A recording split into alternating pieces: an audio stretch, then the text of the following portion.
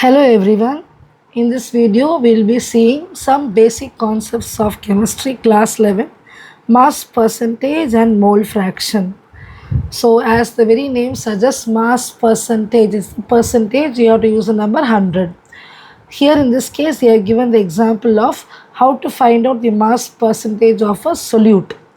That is, what is a solute? The component which I am dissolving in a solvent will be called as a solute, and the mixture of solute and solvent will be called as a solution.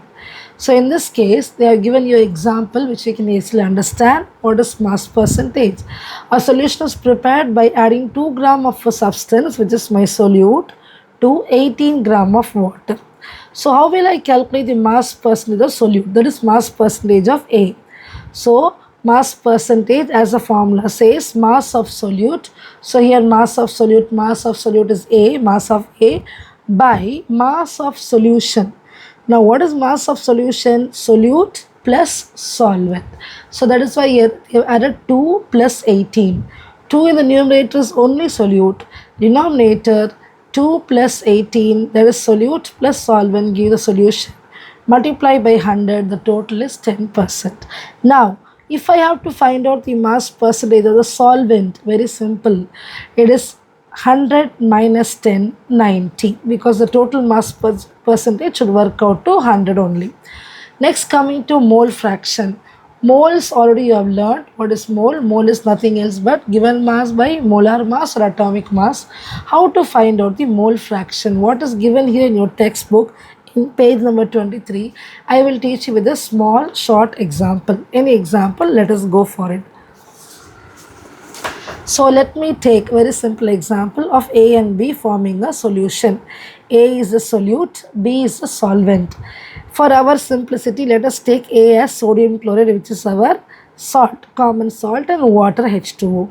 Now first we have to go for finding out the molecular mass of both solute and solvent. So what is the molecular mass of NaCl? Sodium is 23 atomic mass, chlorine is 35.5. I add both, I get 58.5. Same here, water, hydrogen, you know, 2 into 1 plus 16, it is 18 gram per mole. Now let us say an example. Randomly I have written here 106 grams of NaCl dissolved in 500 grams of water. I am dissolving 106 grams of NaCl in 500 grams of water. Then how will I find out the mole fraction of both solute and solvent? So number of moles Na is given by given mass. Given mass is I have taken 106 gram by molar mass, which is my 58.5 gram per mole. If I find out the answer, it is 1.81 moles. It's just a number. Same way water. If I am taking 500 grams, 500 divided by 18, 27.7. For water alone, if I take 1000 grams, it is actually 55.5 moles. You will learn in higher later. I will teach you. Now coming to this is number of moles of NaCl, number of moles of water or the solvent. Coming to mole fraction is given by a symbol XA. It is nothing else but number of moles of the solute by total number of moles. Just what I have written here, I have again written here in order for you to understand. This number of moles is given mass by molar mass. So if I substitute these values, 1.81 is the number of moles of NaCl by 27.7 is the number of moles of water. So 1.81 plus 27.7 gives me 29.51.